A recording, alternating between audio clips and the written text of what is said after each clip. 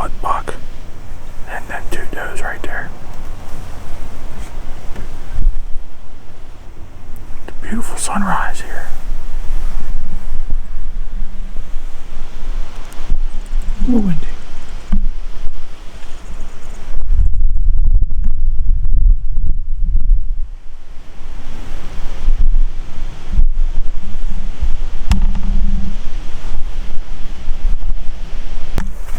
Tell me when you put her on there, I'm going to tell you. Well, we're no luck. We saw them 3 doe earlier this morning. It's about breakfast time, really. So log cabin in breakfast style here. So we're gonna swing this thing around and see what we got going on here. What we got going on, Butch? Well, we may not see many deer, but they're not going to starve us to death. We got a Blackstone grill here. We got home fries and bacon and eggs. I actually didn't come to hunt anyway, just came to eat breakfast.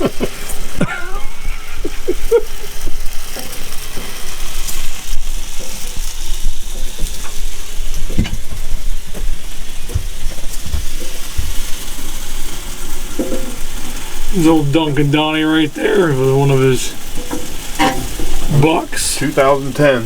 2010. What's the story behind that, Butch? That was the first year I had my stand built. And I sat in here, and Friday afternoon, about 10 doe showed up in the field, and 1/4 that 8-point buck with a 17-inch spread showed up. I got him in 1/4. Was that with a gun or bow? Rifle. Rifle. Yep. Yep.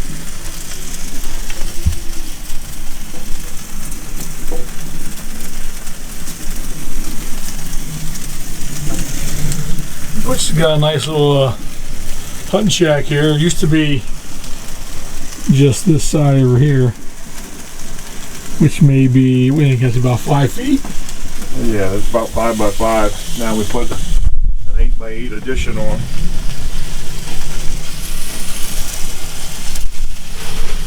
That buck there I shot in 2010. And that's 11 years ago. And probably 85 pounds ago.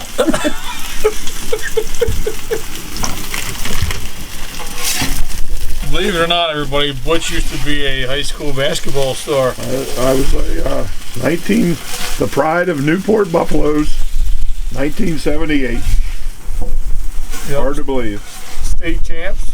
No, we weren't state champs. Okay. We were. We had a good ball club. Very good ball club for our area and our district.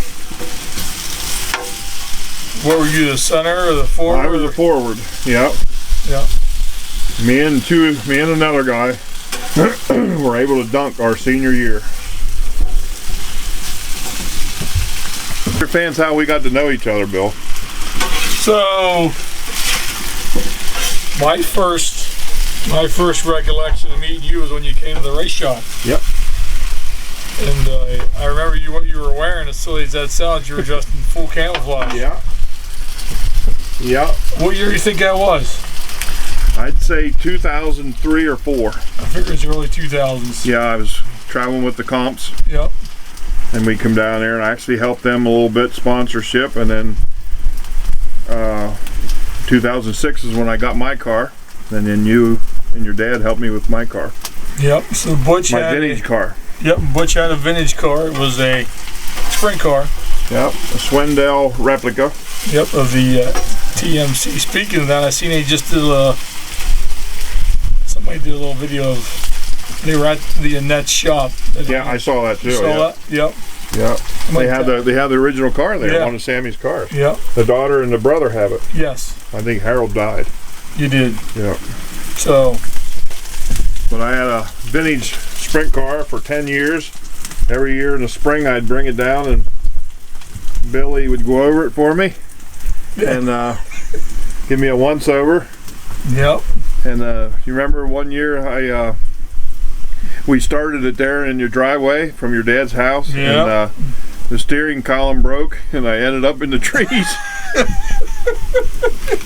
Your dad said, you better buckle up. If you're not going to wear a helmet, at least put your seatbelt on. And I'm glad I did. Yep. And I remember I was put down here that Billy sat in, and Billy's son and I, Seth, sat in here. And didn't he make a great shot down here, 150 yards, and killed himself a doe? Yeah, he did. You got that on camera. Got that on camera, and he was very, very happy and very excited. And if you pan down there, Bill, you'll be able to see where he shot. Straight down there. Yeah, right about there. Yeah, I think Encephalus, was a little disappointed. And we got in here, and him and I were eating candy bars and having fun. And I looked down there in the fog, and there stood 3 doe. And he made a great shot. Yep, that was a good time. I was so happy about that. Yep. Well, a couple other memories I have. Butch used to come to the races quite often. And I have some pictures of us in Victory Lane. Well, you do too. Yep.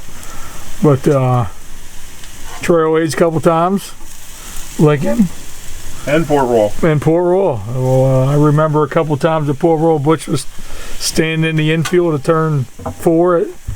And he'd give me hand signs and yep, let me know how I was doing. And won the race. Won the race. Going to the race, what's your first recollection of racing? My dad took me to the races in the mid-60s. I'd have been 5 years old in 65. And then one of my first racing heroes was Mitch Smith. And then I'd have to say in the mid-70s then, I was a Kenny Weld fan with the Weikert car. And then in the mid-70s, my all-time hero was Keith Kaufman. Oh yeah, one of my all-time favorites. Yep. When he drove the Weikert car, and he also drove for Al Hamilton. But I've liked a lot of drivers through the years. But, of course, Sammy. I always liked how Sammy raced. A lot of people said Sammy, was hard-nosed and not much of a personality. And I agree with that. But he sure could race. You got that right. Yep. He sure could race. Between him and Steve. Him and Steve and Doug Wolfgang had some of the best races of World of Outlaw history. And throw in Jack and Dave Blaney and Mark Kinzer. Yeah. And they've got some good racing.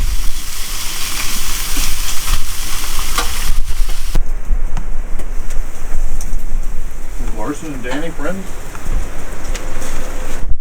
Time to eat breakfast.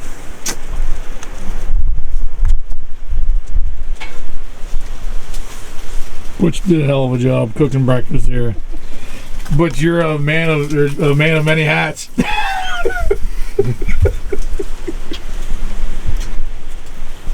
Well, our hunt is over. We had a good time.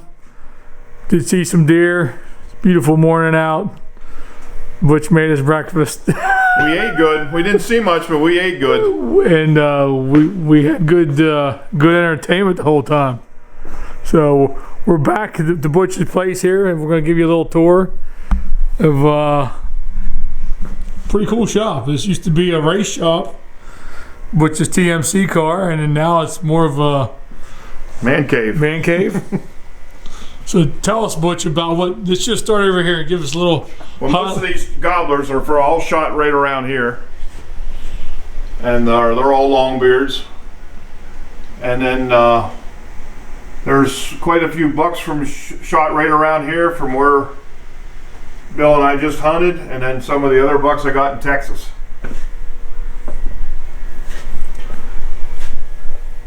So I know this buck here wasn't from around here. I remember the story. Yeah, that's a West Virginia buck. They call it Bullwinkle. Bullwinkle. The young Butch up there.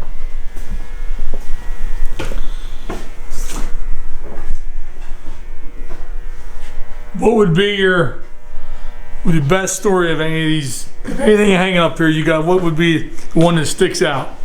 This one here I got in Texas in 2005. 7. It has a 3-inch drop tine. Oh yeah, I see that now.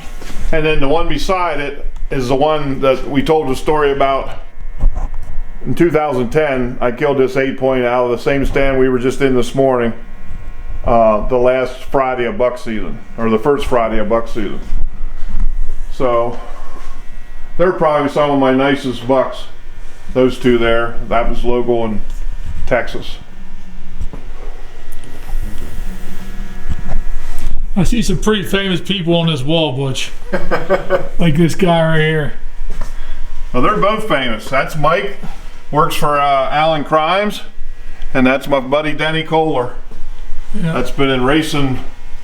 He started out with Steve Smith, went to Chris Eash, Mark Kinzer for years, Jack Howenshield, won a lot of races with Doug Ash. Now he's with Gerald McIntyre.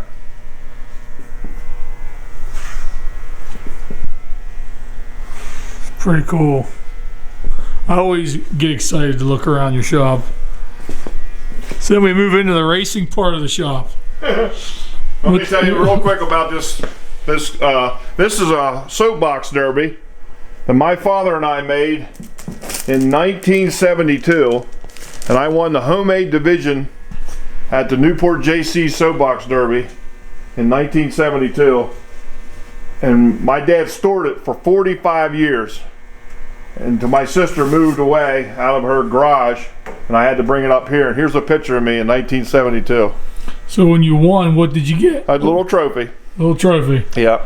How old were you in this picture? 12. Them jeans. Yeah. Yeah. Look out, ladies. You see that thing up there? That's your arm guard that you gave me years ago. That's off your car. Yep. And then we got these over here. Yeah, they're 2 Keith Kaufman panels, Middlesworth and the Bob Weicker 29 from 1993. I was sitting in the grandstands the night when he won with his panel at the Grove. Yep. He won the Mitch Smith Memorial. Mitch Smith Memorial, 1993, and he run up over Bobby Davis and tore that wing panel, side panel off. And you know what else I remember? They had a red, and they come out and they cut that off because it was flapping. He was flapping around, and he just won the race. 10,000 to win. Yep. 93 for sure. Yep. Then we got a couple panels back here. Yeah, that's a Todd Schaefer panel. Super Todd. Yep. And there's a Billy Dietrich panel. Yeah, that's an old throwback panel there. I'm not sure what this picture is right here, but that's okay. Slam and Sammy. There's Sammy. Here's me and Billy and his son Seth down at Lincoln Speedway, probably 2006 or 7. It was 07. It was the opener. Was it? It's the opener. Yep. Butch with his car. That's a TMC car. There's Billy in Victory Lane at Trailways. Yep. Some history right there. Here's one of my really good pictures. This is my friend Dennis that I hunt with, and he brought one of his best buddies up here, Jack Howenshield. Jack just retired. Jack just retired last week. I'm not sure who runs this wing.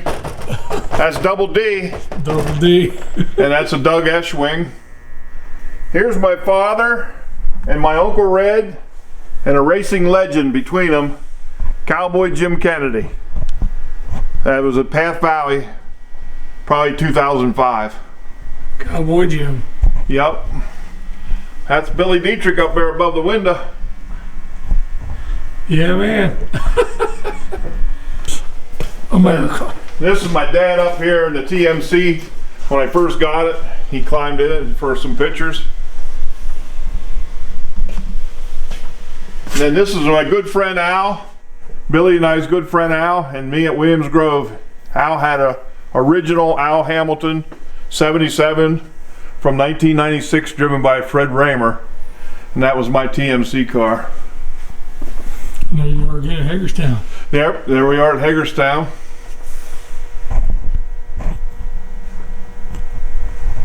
Is Al driving? Yeah, okay.